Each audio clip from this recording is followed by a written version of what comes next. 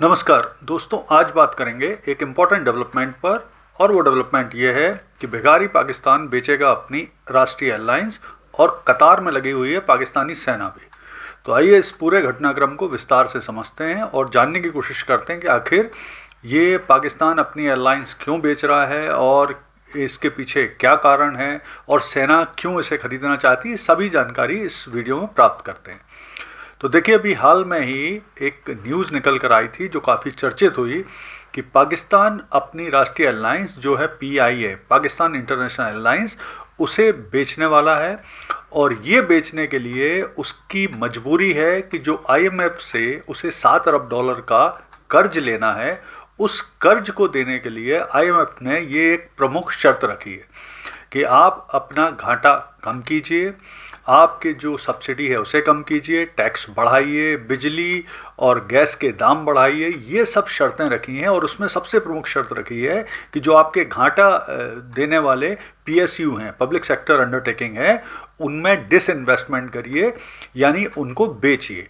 तो अब पाकिस्तानी सरकार ने ये PIA को बेचने के लिए एक नीलामी प्रक्रिया शुरू की है। हालांकि वो पहले भी प्रयास कर चुके हैं, हालांकि तब नहीं भी की थी, लेकिन फिर से अब उन्हें चूँकि IMF से कर्ज चाहिए तो फिर से उन्होंने ये प्रक्रिया शुरू की है। और इसमें कुल मिला के 4 कंपनियाँ प्री क्वालिफाइड हुई हैं। और वो 4 कंपनियाँ हैं। पहली है फौजी फर्टिलाइज़र, जो कि पाकिस्तानी सेना का ही एक ऑर्गेनाइजेशन है। आपको यहाँ मैं बताता चलूँ कि पाकिस्तानी सेना दुनिया की इकलौती ऐसी सेना है जो देश की रक्षा करने के साथ साथ सारे लगभग उद्योग धंधे में भी इन्वॉल्व है, बहुत सारे उद्योग धंधे चलाती है। तो अब वो एयरलाइन सेक्टर में भी आने वाले हैं। तो फौजी fertiliser limited, lucky cement consortium, RF हबीब कॉरपोरेशन कंसोर्टियम और एयर ब्लू लिमिटेड, ये पाकिस्तान की एक और एयरलाइंस है जो भी इसको खरीदने के लिए प्री बिड में क्वालिफाई हो गई। अब यहाँ पर हम थोड़ा सा ये देखते हैं कि आखिर जो PIA है उसका इतिहास क्या है, उससे जुड़े विवाद क्या हैं और घाटे में वो क्यों है। तो देखिए, PIA की स्थापना वर्ष 1955 में की गई थी, पाकिस्तान इंटरनेशनल एयरलाइंस की। और ये शुरुआत में बहुत अच्छा काम किया इसने। 1960 से 70 के दशक में तो ये एशिया की सबसे अच्छी एयरलाइंस में से एक थी। अमीरात एयरलाइंस की स्थापना करने में इसने मदद करी।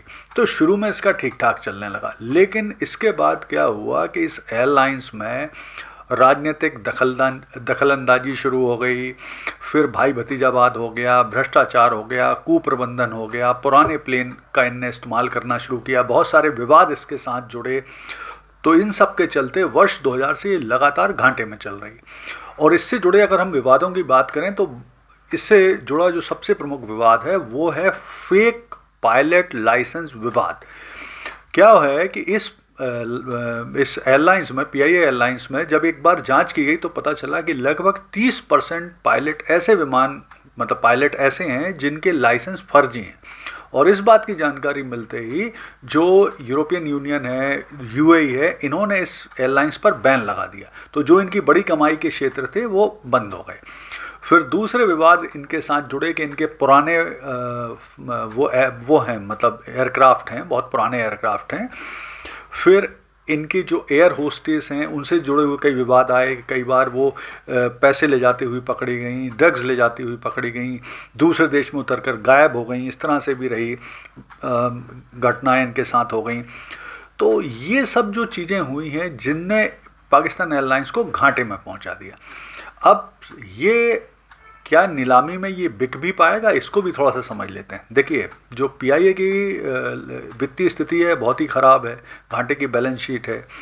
फिर इसके बाद जो इसके एसेट हैं उनकी भी बहुत क्लियरिटी नहीं है कि कितने एसेट हैं, उनकी भी पूरी जानकारी नहीं है।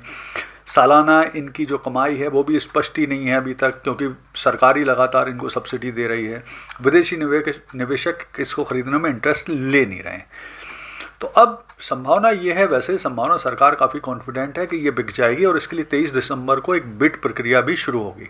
और ये भी एक मज़ेदार चीज़ है कि जो वो नीलामी प्रक्रिया होगी उसको सरकार लाइव टेलीकास्ट भी करने वाली है। तो ये भी एक अच्छा और नया प्रयोग है जो करने वाली।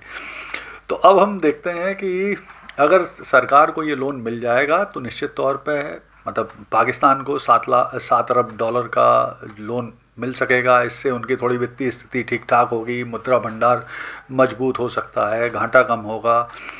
और सबसे बड़ी चीज़ है कि अगर सेना ही इसे खरीद लेती, जिसके पूरे पूरे चांस लग रहे हैं, तो सेना खरीद लेगी तो घुमा फिरा के वो सरकार का ही नियंत्रण रहेगा, यानी सेना का सरकार पे है और सरकार ने फिर इस जेब से निकाला इस जेब में डाल दिया, मतलब उसी के पास रहेगी।